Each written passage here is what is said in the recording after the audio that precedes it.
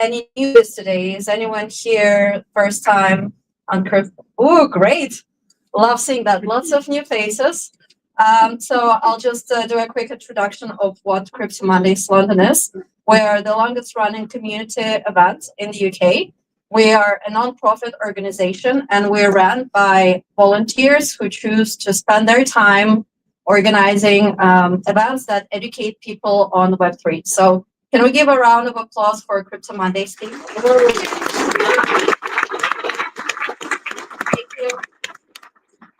you. Yeah, usually Caitlin, who you all might know, she's the founder of CryptoMondays. She is traveling today. So I'm Emma. I'm running marketing for CryptoMondays, and I will be emceeing today. Sorry? She on her yacht. Of course. she invested in Bitcoin in 2010. First of all, I'd like to say a big thank you to our sponsor, Twitchchat, OVH Cloud, all 12 kudos and Smith. We wouldn't be here without you, so thank you so much. Before we start talking about crypto, as a non-profit organization, we would love to give a spotlight to another non-profit organization. Just a couple of minutes for Jess. Can we give a round of applause? Yeah, just speak loud. Yes, well, it's lovely to meet everyone. I've spoken to some really friendly people and some people I know already, so it's lovely to meet all of you and to be at my first Crypto Mondays event, so it's fantastic to be here. I'm here with my colleague Megan, who's also in the crowd, representing Alzheimer's Research UK. We're the UK's biggest dementia research charity, and why we're here today is because we accept crypto and we're becoming more and more active in the Web3 space. And what better place to meet people about this than Crypto Mondays? Oops. My slides disappeared now, but I'm sure you briefly saw. We've got there's some powerful stats about why dementia is such an important case in the UK at the moment. You might have seen us on BBC Breakfast this morning, or you might have seen our orange branding all over the place. I've got our delightful Halloween, even though it's past the time now, asset there for you. It's a very important cause, and it's 2025 really has been a fantastic year for dementia research. We're making more and more leaps and bounds. We've got 140 research cases active at the moment, and there's some, I'm sure you've seen in the news and everywhere, that there's more and more research and leaps and bounds happening all the time, which is why it's such a fantastic time to be accepting crypto. We know it's the future of fundraising. Crypto philanthropy and Web3 philanthropy is so exciting and important. We've been to the London Blockchain Conference recently, and we're members of Crypto UK as well as here. So we're really aware of what a powerful impact cryptocurrencies can have. We're just here to say, if you're interested in crypto philanthropy, if you want to know how crypto can make a difference to real life causes, or if you just want to know a little bit more about how the worlds of charity and Web3 intersect, I've got my QR code there, which will send an email to me, very digitally set up, if it all works well. Or you can come to speak to me or Megan, who will be wearing our trendy lanyards. But thanks so much for welcoming us today. We're really excited to be part of the world of crypto, part of the world of Web3, and we're going to become more and more active in spaces. So we'll see you at lots of Crypto Mondays events in the future. So thanks very much. Thank you so much.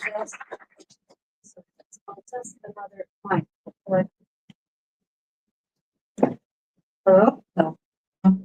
Yeah, I feel like it's a bit better. Before I present our next speaker, can I ask if anyone in this room has thought even once about moving to Dubai? Canaries. Okay. There is a lot of people. So Forget Dubai. I can move to Qatar.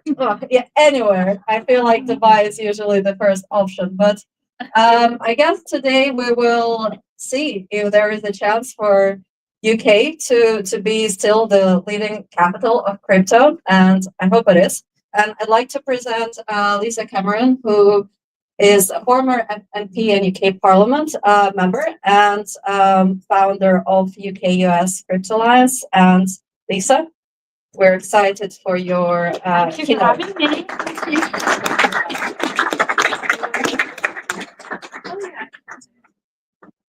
Okay, there I am. Okay. So thank you so much for having me along. Who knew Mondays were so popular? Wow.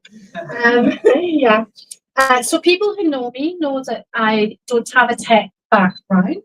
I was actually the first clinical psychologist to be elected to the House of Commons, because we always joked that my constituents felt that our parliament needed a psychologist.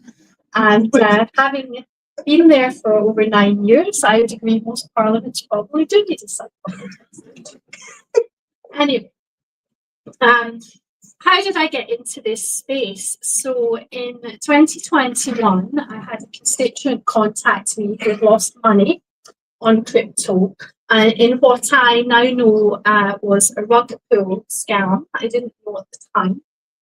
And he said to me, who in the parliament is doing work on cryptocurrency? And I said, as a good MP does, I'll find you that person and then we can help you to try and get some redress.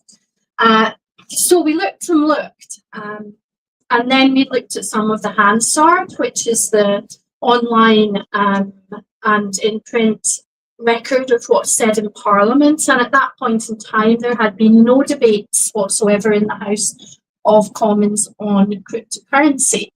There was a lack of regulatory clarity, and I had to go back to him and say, well, actually, no one seems to be doing anything.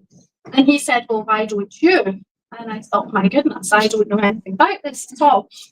So I said, well, I want to kind of have a look at the research, see if the issues you've had are kind of one-off things, or if it's more commonplace. And then my researcher came back and said, well, there are over 4 million people, this was 2021, in the UK involved in crypto. And this astonished me. So many millions of people in the UK involved. And yet we weren't even discussing this. So the population were like way ahead of the parliament. Yeah, probably not the only thing they're ahead of the parliament on, but something that was quite stunning to me. So I agreed that I would start the first all-party parliamentary group on cryptocurrency and digital assets in the parliament, primarily from the first principles approach at the time of consumer protection and needing some regulatory clarity. Engaged with a lot of stakeholders, had a really good relationship with the Swiss Embassy, and was very fortunate that they decided to take me off to Zug, to Crypto Valley for the week, when it opened my eyes that actually, yes, of course, we do need to have consumer protection at the core of the work that's being done in the Parliament, but there's also such opportunity, innovation, progress, growth, and that actually we were on the precipice of an AI digital revolution in the country, and no one in the Parliament was even talking about it. So this was all very exciting. I started to engage with stakeholders, developers, industry, and connect them with the group, the APPG, to start bringing up questions in the chamber. And the minister and the prime minister, various prime ministers we went through, would say, I've had to go and get someone to do research on this because it's not been asked before. So by 2024, after we did our programme of education and trying to kind of, including myself, upskill ourselves in the Parliament, a company called Gauge did a report. In 2024, we'd had over 200 contributions by that point on cryptocurrency. So the work of the APPG, I would say, was evidenced objectively as being very successful. We were engaging, we were raising questions, we were bringing industry in, and we were learning. Now, when you come into the Parliament, there is a kind of like communication barrier, I would say, because apart from the fact that this is a very new industry, fast-paced, you seem to have your own kind of lingo or jargon as well. So companies were coming in, they were talking about CeFi and DeFi and Bitcoin and blockchain, and the Lords would be sitting there, the MPs like myself, and we'd be a bit mesmerised. And I remember one of the first meetings, when we were hearing all of the jargon, someone mentioned fiat. One of the Lords said, fiat, that's a car. And I thought, yeah, we still need to continue this journey of education, and we're starting at quite a low kind of bar. The other thing that happened that was very pivotal is that the Children's Parliament came in to visit us. And the Children's Parliament, for people who don't know, represents the different jurisdictions of the UK. They're aged from around about 8 up to 15, 16. And they came in to talk about technology, and they were very, good in what they said, balanced, saying we wanted to make it safe, but they saw it as their future. And well, I remember actually when they came in, the Roblox guy was there, and I've got 2 daughters, so I spend all my money on Roblox, so I sort of want to speak to him about that. But he asked really interesting questions. So we had the Lords in the room, we had the MPs, and we had the children aged from like 7, 8 up to 15. And he said, has anyone heard of Web3? Put your hand up if you've heard of Web3. Now, most of the kids, hands up. Hardly any MPs had their hands up, not very many members of the House of Lords had their hands up. And that's when it struck me that this is a digital generation. So not only are we on this precipice of a new kind of industrial revolution, but not just industry, culture, sport, arts, fashion, everything is becoming digitalized, our lives are digitalized. But the next generation, it's going to grow and grow and grow. Because this is natural. This is what's happening. This is the direction of travel. And I don't think that the MPs, including myself, until the children arrived in the Parliament, had grasped that not only was the population ahead of the Parliament, but now also the children were ahead of the Parliament. So we had lots of work to do. So between 2021 and 2024, we continued to have our engagement, to have events in Parliament, something that I still do to this day. It's a sort of odd thing of the Parliament that if you've been there over a certain number of years, you have a pass to in and out, as you like. And obviously you have a lot of people that you worked with for years, and people are still very curious about the industry. So I continue to do events in the Parliament. We had an amazing event on Friday night with 100 digital assets leaders came to Parliament to speak about the work that's being done. But when I stood down from Parliament, thinking I was going to actually retire, and because I worked in the NHS for 20 years before I came into Parliament, so I could technically retire at 55, which I'm not that far away from. So I was thinking I could take it easy. I've never been so busy. This industry keeps you very busy. So since then, I ended up over in the US last year before the election there at the crypto ball and the inauguration. And at that time, it was suggested to me that I should, because of my work connecting parliaments and industry, start to focus since leaving Parliament on the UK-US Crypto Alliance. So we developed the UK-US Crypto Alliance, built to, I suppose, supercharge the relationship between the UK and the US in terms of regulatory clarity, because we still need this clarity. We still don't have the clarity that we require for businesses to feel that they have the scope here to grow. And obviously, we've done some work in the EU Parliament as well. I was over there in June. But there's a recognition there that MiCA, given the US position now has shifted on crypto, that MiCA regulations have to be adjusted in some way in order to kind of catch up, because they've been superseded.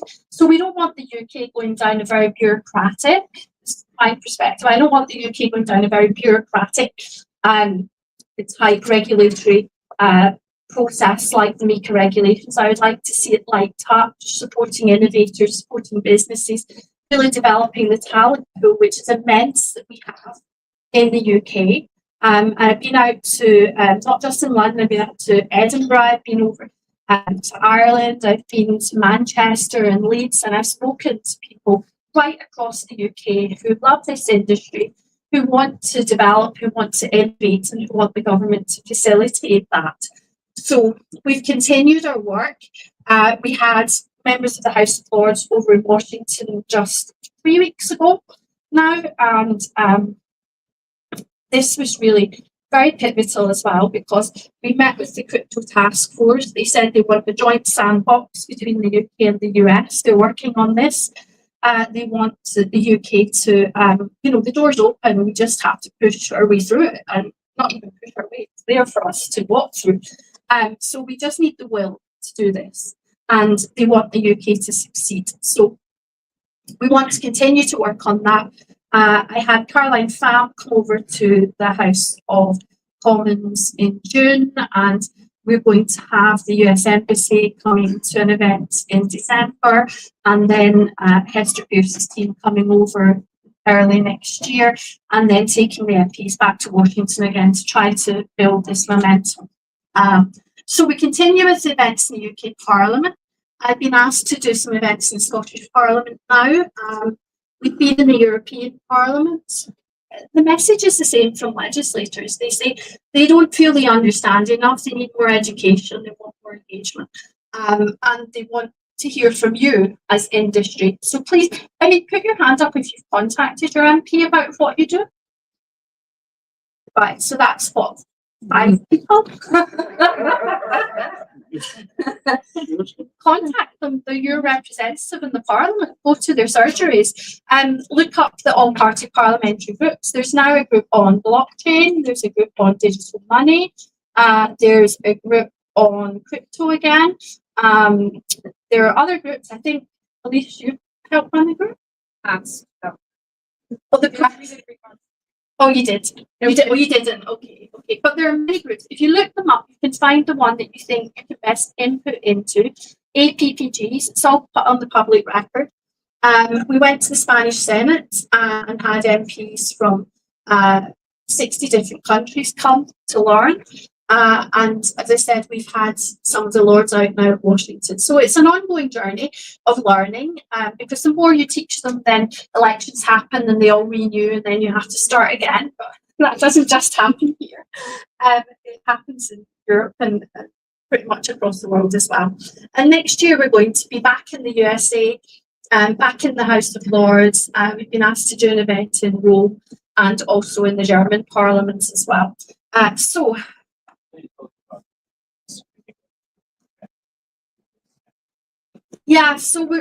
we're basically trying to do what you would maybe call a kind of one-on-one type class. So it's like all their basic questions that they don't really want to say they don't know about.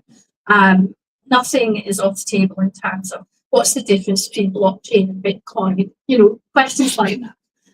Anything that they want to ask. And if I don't know the answer, I don't say I know all the answers. I try to put them in touch with people who do know the answers.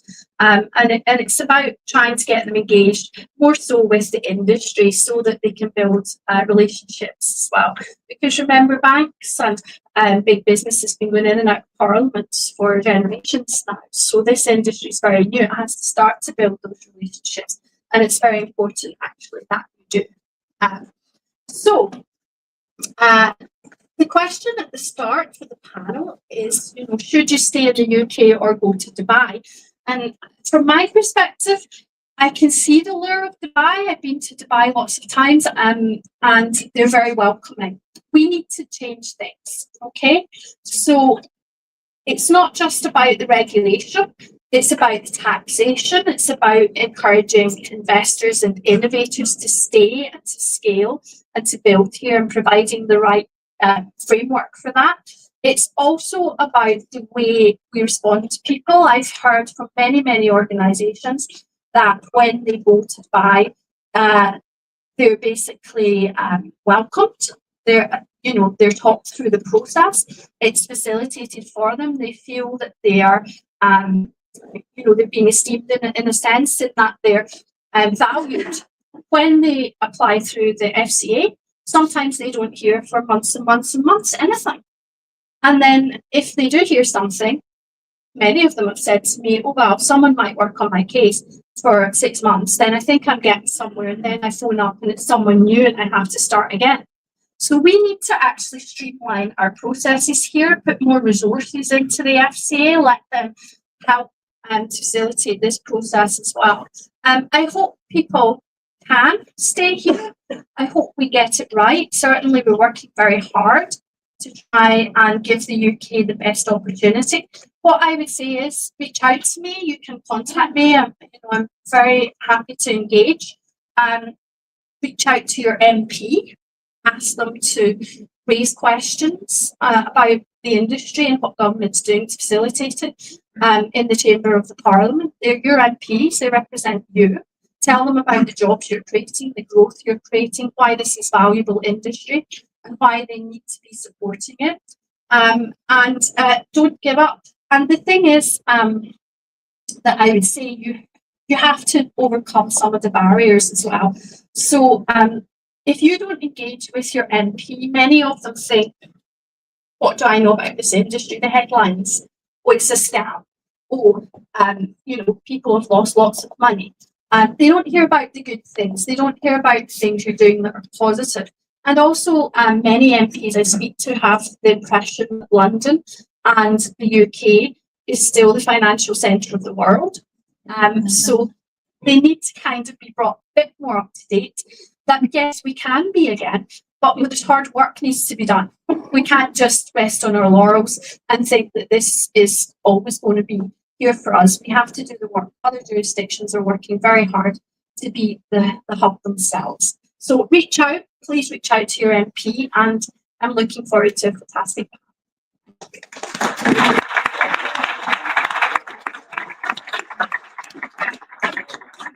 No, thank you so much, Lisa. It was great, and thank you so much for fighting this battle for us. We're all very grateful. Okay, now we're presenting our panel. Can our speakers please come to their chairs? And our moderator, we have a founder of CryptoMondays, the OG CryptoMondays from New York, Lou. So I will let you moderate and present the rest of the speakers. All right. Thank you so much, Emma. As you said, I'm Lou Kerner. I founded CryptoMondays January 8th, 2018, which was literally the peak market cap day for 2 years. So we were actually celebrating the start of Crypto Winners. We had 300 people at the first one. I had done meetups before, never had 300 people. 350 at 3 TV crews at the second one. Decided to blow it out around the world, decentralized. You start the Crypto Mondays in your city that you want to. We had no rules at the start. We grew to 15 chapters in 9 months, and we put in place one rule, and I think that's why we're a success. The one rule of Crypto Mondays for the co-organizers is you are not allowed to email me and ask me permission to do something. What part of decentralization didn't you understand? And it's a rule that actually people like. And look, the success, 99% of the success of any chapters, and obviously just sitting here in the room, we can all see this chapter is very successful. This is my 4th visit here. I actually just got back from my 41st chapter visited Crypto Monday Malta.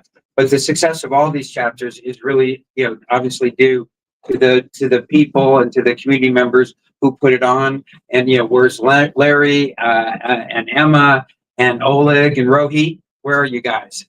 Give these guys a big hand, really.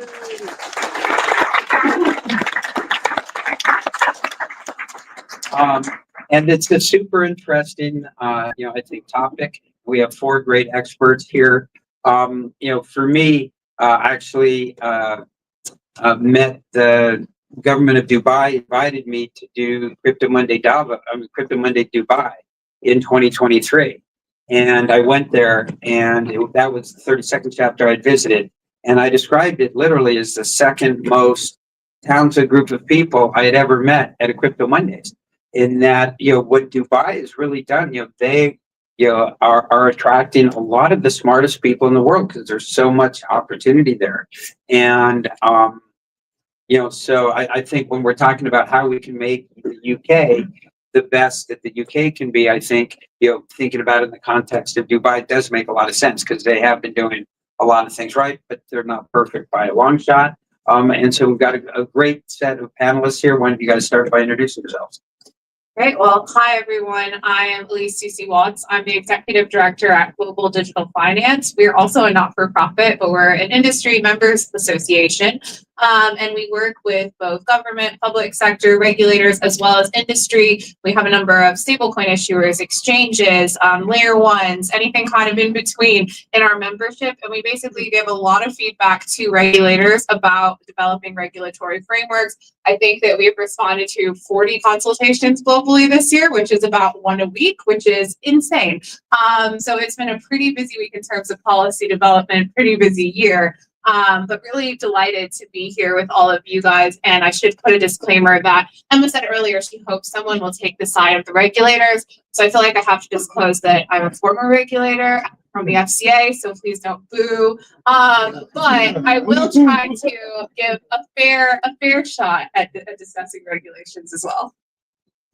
Is it true that regulators are just people too? It is true. It is true.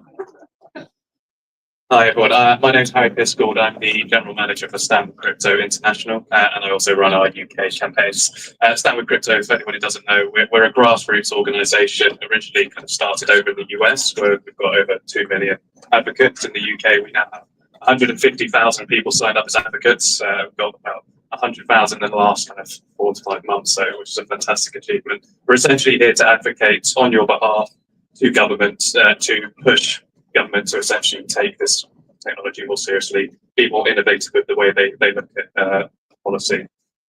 So it's great to be here, and I'm hoping I'm at least might be ex-FCA, but I'm ex-government, so I hope that's worse. So I hope that's worse. But so yeah, don't do me too much. Big boots there. Big boots there. I'm Pavan Kaur. I go by PK. I'm the CEO of RuleSpark. Bit of background on me. I launched the world's first crypto fund from DIFC Dubai. So I used to live over there. Actually left Dubai, came back to the UK with Deloitte. What year?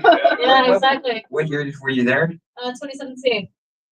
Until Sorry? you were there at how long? What years? So 2017 to 2018, and then I came and joined Deloitte under SRO. Yeah, so and so my focus really has been preventing regulatory stoppages. I hold a 100% success rate for navigating institutions through regulatory warning letters for marketing breaches on the UK side. So we are in rooms with the UK regulator quite frequently. So my perspective is quite interesting there. And so with RuleSpark, what we've purported to build here is the content compliance rails for institutional Web3. Essentially, any law firm, exchange, agency that is looking to launch tokens or market on behalf of people, they're absolutely beholden to a set of rules, as shown on the leaflets on your seats. And so this tool is designed to help scale your ventures and your clients in accordance with the rules. Hi everyone, I'm Clemens. I lead growth at Base. So Base, for everyone who doesn't know, is the Ethereum layer 2 of Coinbase.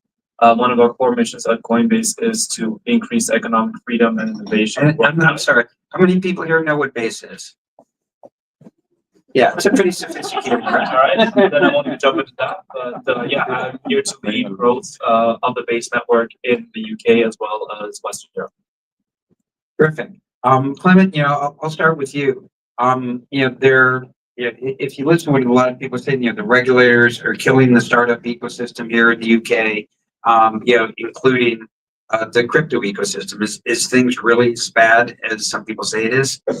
I wouldn't necessarily go as far as saying the regulator is killing the opportunity, but I would say they're definitely not leading into signs of the times and not being as facilitating as they should be. So I think what is really interesting about this technology is that it is global from day one. It is without borders from day one. And there's a huge competition now to really, be the best sort of regulatory area for entrepreneurs with a very forward looking, on this industry to set up shop. So you have Singapore, you have Dubai, you have Hong Kong, you have all the different offshore jurisdictions that are really competing for crypto entrepreneurs to set up there. And at the same time, you have many participants here, and I'm sure there's many of you in the crowd too, that don't just live in one jurisdiction alone. They frequently travel between multiple of these. So the switch for them is very, very easy to make. And that's why I think it's especially important that the UK really leans into its strengths, being right at the heart or sort of right in the middle between the US and Asia, But as she's already mentioned that before, is we have really deep talent pools here. We have fantastic world-class universities. We have a fantastic financial ecosystem around here. So it's really important to be able to lean into that and provide, a good ecosystem and launchpad for crypto entrepreneurs to actually launch their business from. Perfect. The great points there. And I think for me, as someone that's mentored hundreds of startups, I think the sentiment right now that I'm seeing certainly is people are weighing up their options. What I would say in kind of subsequent to that is that if you are and have been looking at, my options, or do I go to the UAE? Do I, where do I go? Where's tax efficient? Who's championing innovation? There's a lot more to consider than beyond tax, and innovation is also culture. And to the point earlier here, the UK has the highest quality of work in the world. When I lived in Dubai, the quality of work was a lot lower than the UK, and it was the main reason I actually came back, because I felt like stunted as a professional. How do I grow, and how am I able to work with the largest banks in the world if the quality of work is not aligned there, right? And so I think my point here is there is a lot more to unpack beyond just let me pack up my bags and run to another jurisdiction, right? There's a lot more. Yeah, I mean, I completely agree with what just been said. I think in terms of the question, I think it is being slightly overhyped how bad things are in the UK. I think we're still, the problem is we're still waiting, right? We're still waiting for so much to come through to fruition and actually get some clarity around what the rules are going to look like in the long term.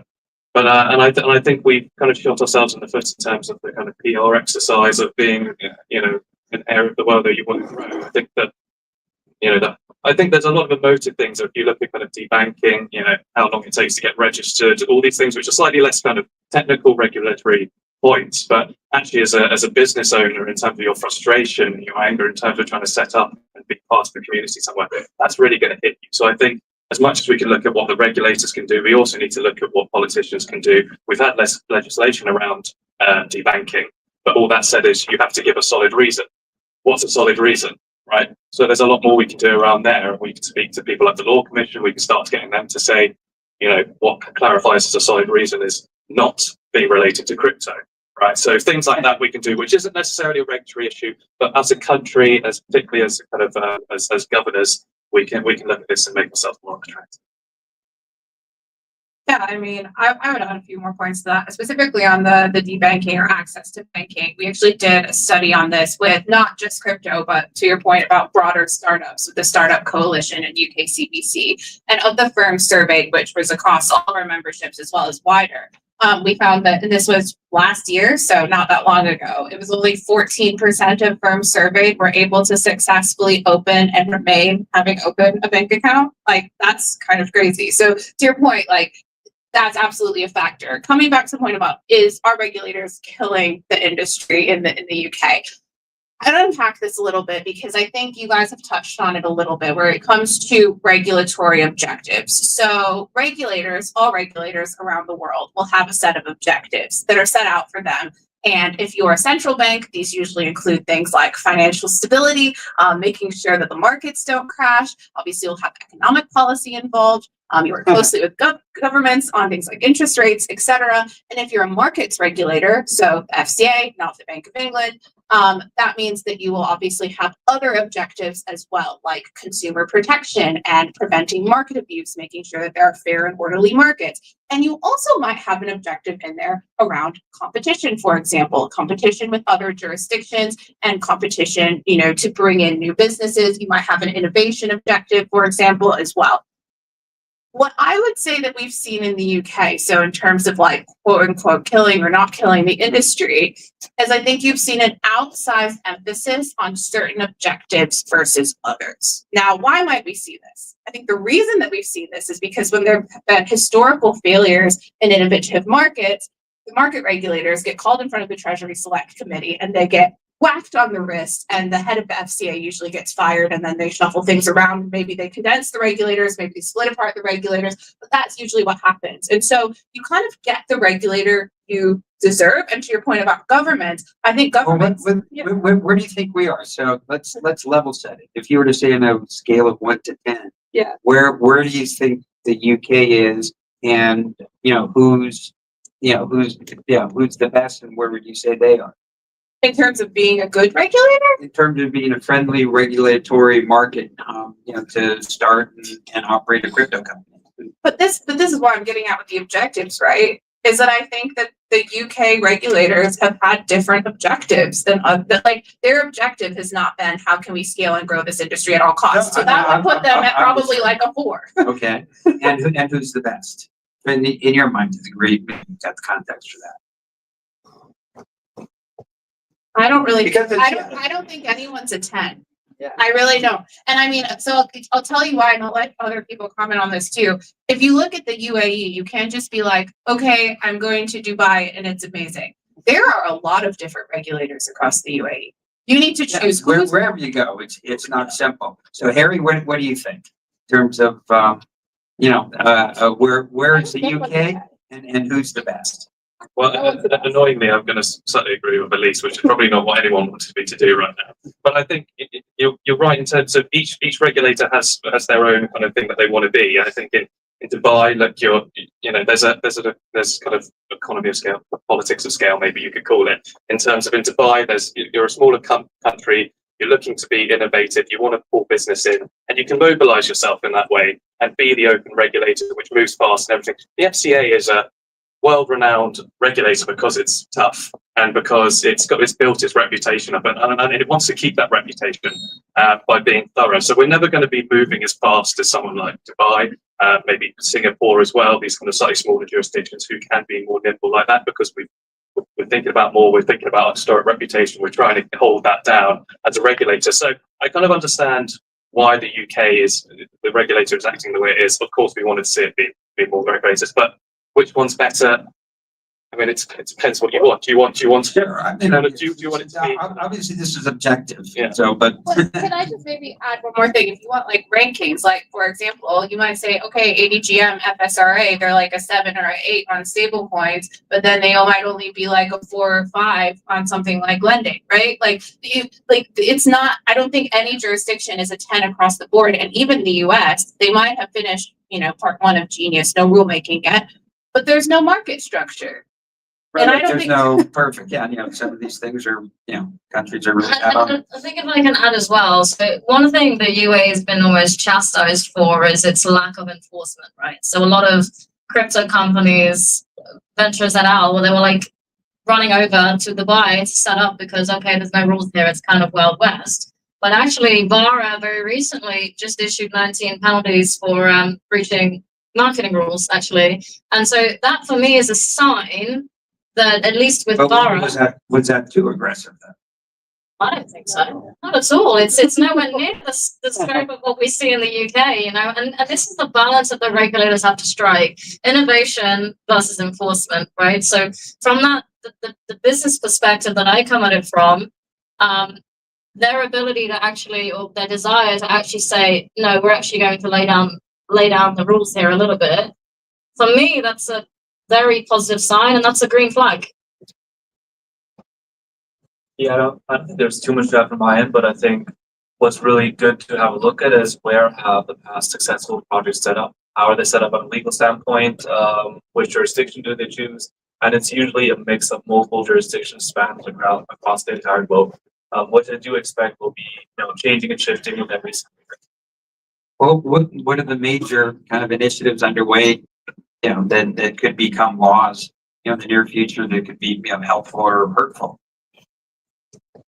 I'm definitely not going to give us a detailed answer as our former regulators over here. But I do think it's really exciting just to have a very pro-crypto presidency in the US. That they definitely set the tone in so many different ways across the world, right? If the US says we're going to go into this direction very aggressively, you're going to have many other jurisdictions, politicians looking to follow suit.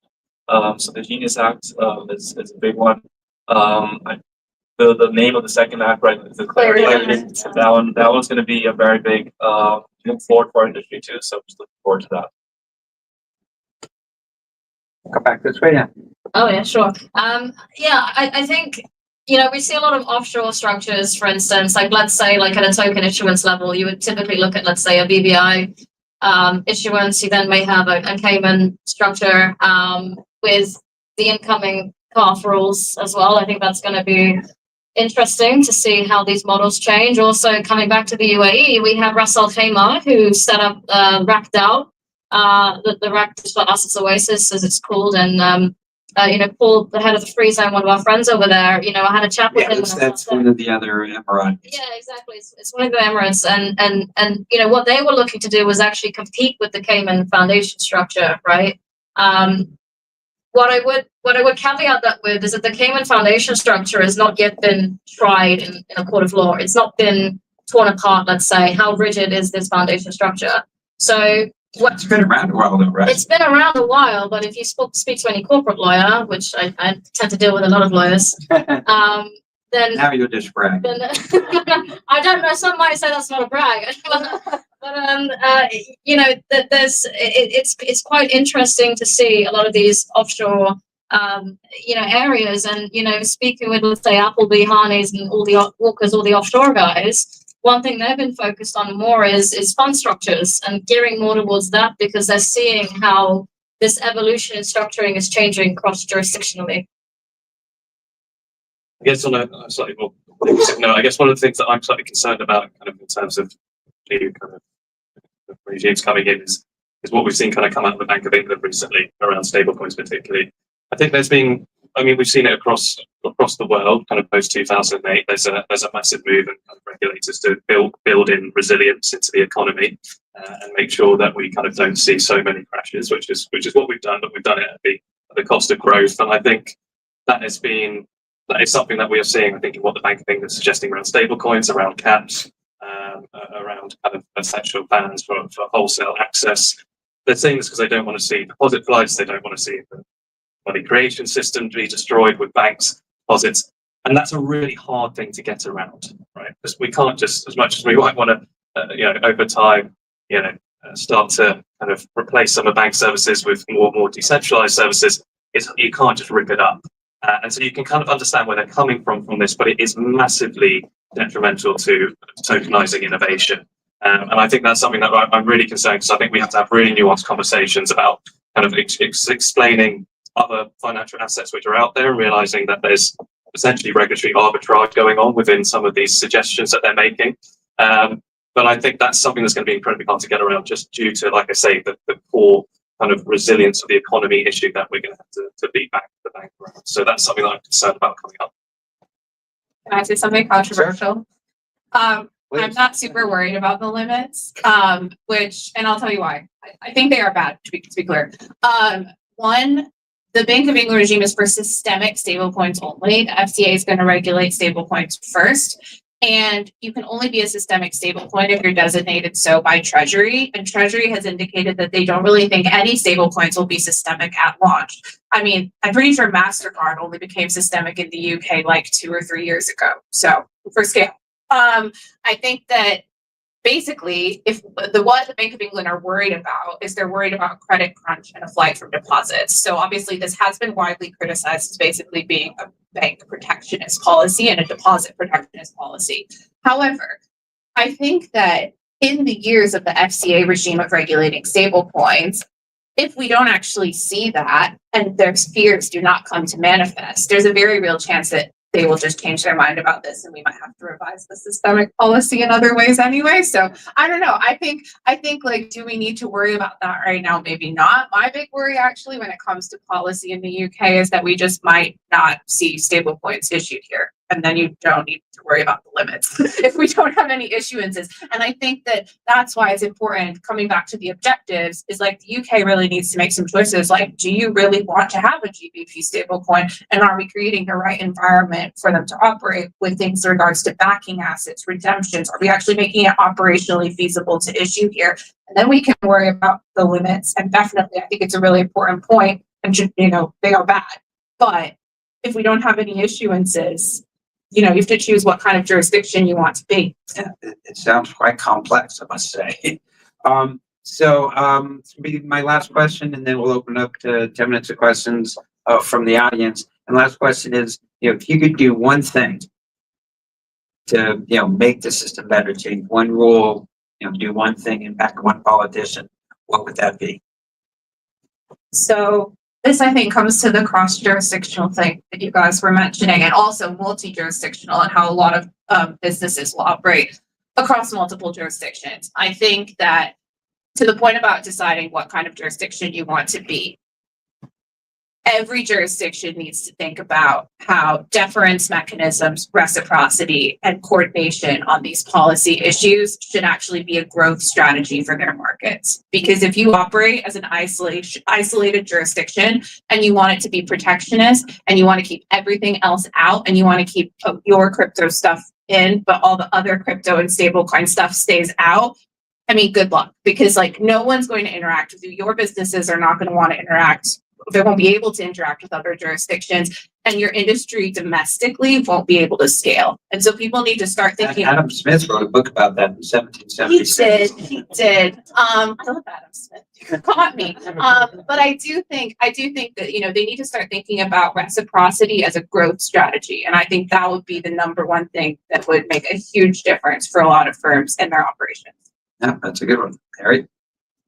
The thing that worries me the most probably is something that I'm not a builder, so I'm a politico. So, but what I worry, I am politico. But what I worry about is that I think whatever the regulatory regime may be, we will get us into a situation where investors will be here, where we'll have people will come here for services, be it lawyers, financial services for the industry, but will we have the builders? And that's what concerns me. Will we be able to set up a regime that builds that? And for me, that's about, like I said at the beginning, how do you encourage entrepreneurs to be here? Well, you let them bank, right? You let them register here, and it doesn't take 5 to 10 years. You let them into the payment rails. So for me, it's much more about welcoming entrepreneurs than it is about kind of how do we critique the kind of large financial institutions. And I think if we get that right, then That's a lot more fun. it is a lot more fun. So for me, it's really, I think, I go back to government, but I know government can put pressure on regulators, government can change things. The Financial Services Markets Act, which we did a couple of years ago, we put competition as one of the mandates for the FCA, which was an awesome move, right? It's a great thing to do. And we need to do more stuff like that. We can do that at a kind of legislative level. So for me, that's what I want to see. I want to see it lean into more of the builders and entrepreneurs and put things into, put the regulators down the track to look into innovation, consider that as well as resilience and More competition. More competition. Exactly. Healthy competition is good competition, right? I think as well, what's interesting is we speak about an exodus from the UK, but how do we actually get investment into the UK, right? International investment. And drilling down into specifics, like, one thing we've had is a number of clients looking at setting up tokenized real estate, right? But for a large number of them, it looks like a collective investment scheme in the UK, and they have to take it all outside. And if they have UK property, good luck, So, and what's interesting in the UAE is you have things like an RWA license. You have the ability to actually go through a license for a specific type of asset, let's say.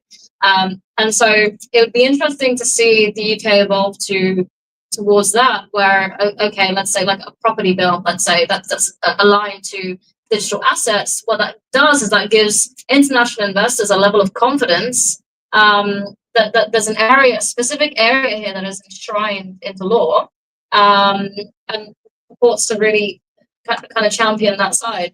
What I would also say is it's not doom and gloom. I mean, in the audience here, we have Super Team. We've got the head of Super Team, Stephen Newham at the back there, and Cesare over there, head of policy at Super Team. They are doing a fantastic job of incubating and facilitating the startups in this existing economy and helping them scale. They've helped startups raise over $16 million in funding already.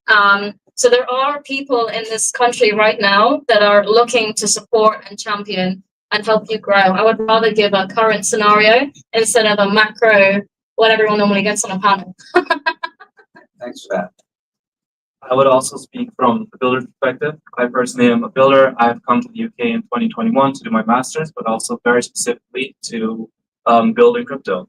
I was born and raised in Austria, and I definitely think that the UK has a lot going for it. There's a lot of doom and gloom talk from the British itself. But I would actually make an appeal towards the builders, towards the community leads. I can less speak so for the politicals, because the politicals will do what politicals do. But what I would think is really important for us as builders is to be loud, to be here, to keep building, to build amazing businesses, despite the odds. I've seen so many great builders that have gotten together, formed their teams here in the UK. Some of them unfortunately have left to go to Dubai to set up shop, but they still spend a significant amount of time in London. And there's a very cool reason for that. It just is a fantastic hub to be in. You have, like I said, all these amazing universities here, these amazing talent pools, access to funding, and more importantly, also a very global mindset that comes with, its very rich history. And just as a note on that, we are betting very big on London as an economic hub. With Coinbase, we've teamed up with Private Ventures as well as Animoca Brand and Founders Factory to really establish a very founder-friendly program here in the UK called Residency. So an acceptance into residency gives you a £230,000 investment as a get-go and really aims to set you up for success from London, wherever that may be. Wow, that's a big deal. Give me a hand for that. Great program. So now we'll open it up to questions from the audience. If you have questions, just raise a hand. One moment.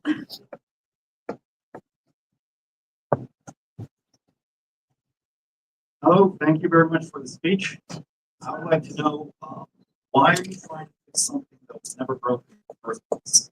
In the sense that cryptocurrency and Bitcoin, all the first projects were without any regulation, without any compliance. And my question is, where do you think compliance comes into play other than helping larger corporations, which obviously have salaries and all the means, get the compliance officers, whereas the regular folks who are building DeFi, number one, they don't have the means, and number two, it's big club and they ain't in it.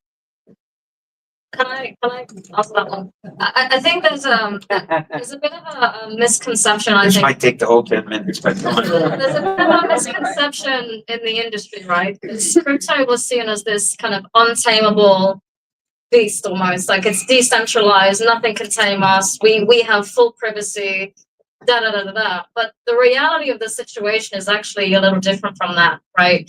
Crypto is simply a newer model and a newer wheel of TradFi. It is the same. It is just how do we actually look at as I said, enshrining law, and how do we look at actually enshrining compliance into this new wave of technology? So from my perspective, and being in rooms with the financial authorities, it's not a matter of why are all the big guys knuckling down on us crypto folk. It's actually, this is new technology that is going to change finance globally and already is. And it's not a case of saying, let's remain this untamable beast. It's actually saying it was never going to be this untamable beast forever. And there needs to be a level of acceptance in this industry. DeFi is intrinsically illegal in how it is set up. And so now we have, I quote you on that. and quite me, I've written it down, and so when we have things like CARF and we have the travel rules and we have all of these things, it's AML measures. It's designed to mitigate against money laundering, essentially. And so there is a balance to strike, but yeah, there needs to be a level of acceptance in the industry, I'd say. Right. Okay, before, because I feel like you got a response, but I actually, funnily enough, the former regulator has maybe a more nuanced take on this. I would say a couple of points. First, that actually DeFi is out of scope of most regulatory frameworks, including in the UK. True DeFi, true decentralization, decentralized finance. It's out of scope of MiCA, and it's out of scope of a lot of regulatory frameworks around the world as well. And they're not trying to capture that right now. And I think that that's actually fair, because I think that the market is still evolving quite quickly. It's changing rapidly. There's a fair criticism to say that regulators don't have a good grasp on DeFi. And I don't actually think they should be trying to regulate it at this time. That's my personal take. You can quote me on that too if you want. But I will say that there are a lot of things that are in the crypto universe that do actually fit within the definition of existing regulated financial products and activities. If you are tokenizing real world assets, that does not all of a sudden stop being like a money market fund just because you have tokenized it, and it will still fall under money market fund requirements. And so I think that it's important to try to draw a bit of nuance here as well in terms of like what is something that is truly decentralized. And to your point about builders and developers as well, I think that like absolutely there's been probably a lot of quite unfair enforcement action from regulators who are trying to find basically a neck to choke at all costs. And so they go after developers, even though they may not actually have control over whatever the regulated financial service product or activity is. And so I think there's a line that needs to be drawn, which is if you're conducting something that is already a regulated financial activity, unfortunately, you're going to be within the regulatory perimeter, whether you want to be or not. But I do think that there are still some things that fall outside of it. So, yeah. One of the main reasons I came into this industry is because I saw the applications of crypto on the correspondent banking system. You know, i.e., quicker, cheaper settlements, right? And so the ability for DeFi to come into play and actually enmesh in a way that the correspondent banks will listen to, implementing digital identity solutions that align with W3C standards as an almost package with a standard attached to it, that for me is interesting. And that's where I see emerging markets like Africa or Latin America really benefiting from this new wave of technology. Yeah, guys, anything there? Yeah. We only have time for like one more question, so I'm just. Okay. No more on that question. I just say we do evolution, not revolution. I would add that regulators are going to regulate. It's in there. Can I ask the panel, please? I've got two daughters. I've got a 26-year-old, 22-year-old. And 26-year-old's talking about employment graduates. Currently, I understand 40%. Also in the US, situation, range of reasons. I think there's a huge amount of opportunity in DeFi. Just on its own. I'd love to hear the panel. I'm interested in what Harry's doing. Politicians can play a role. They can connect up. Lisa is something you actually get to. She's talking about talent, opportunity. Those are things that we can do something about in this country. And you've talked about a whole range of stuff, the umpteen numbers of projects that we can get smart people. Is there a question? So the question is, how do we help graduates in the UK, young people, smart young people who've got a degree to get into the tech's got a learning curve. That's difficult, but how do we do that? We've got some good people. How do we do that? Can I answer as well? So I think it's thank you for that question. I think it's a fantastic question to ask. This is something that's been really near and dear to myself. The reason and the way I got started into crypto as a career path is that in 2018 I was facing a choice to either join an investment bank for an internship or to join this new little startup out of Hong Kong that I just raised ungodly amounts of money through an ICO, a completely novel concept back in the day. I ended up joining the latter. So I ended up spending that summer in Hong Kong and really wanted to ensure that after that amazing summer, I could sort of extend that same kind of opportunity to students. And I think it really starts with education. I think really if you look at the landscape of universities nowadays, you have, for example, business school students that come to university, 18 or 19. They've never heard about investment banking or consulting before. And 3 weeks later, they're applying for McKinsey and Goldman Sachs. So I think one thing that's really important to me is I've been able to reach this opportunity through the Blockchain Society at my undergrad university. With that in mind, I came to London. I set up the London Business School Blockchain Society as well to really help funnel more and more talent into this industry, and it always starts with education. So with that, we really tried to replicate that same model, not just across the UK, but also across the entire continent, to really set up these organizations, these student-led societies, that are able to educate their peers on the opportunities in the space and also sort of demystify this technology and make it more approachable, and more importantly, tell them this industry doesn't only need developers, it also needs marketers, it needs business people, finance people, legal people, and really to open up the opportunity of this new and fast-growing space. All right, that's a great way to end the panel. I think we're at time. Can I You wanted to just say say one more one thing? Yeah, thing? sorry. Yeah, just on that question as well. Because I feel very strongly about that myself, and it's one of the things I sort of learned in my journey, that we have to foster this talent. I just become involved with two not-for-profits. The first one, FinTech Futures, which is going into schools and universities, colleges, and linking young people with placements and work experience in tech companies to try to foster that, because often they may have a qualification, but they don't have the experience to get through the door, and I think that's important. And the second one is Web3 Veterans, which is doing the same for our veterans who leave service and who we want to see rescale into high-skilled tech industries, because these are the jobs of the future. So we should also be giving back to our veterans as well. Thank you. Thank you so much. Let's do another big round of applause.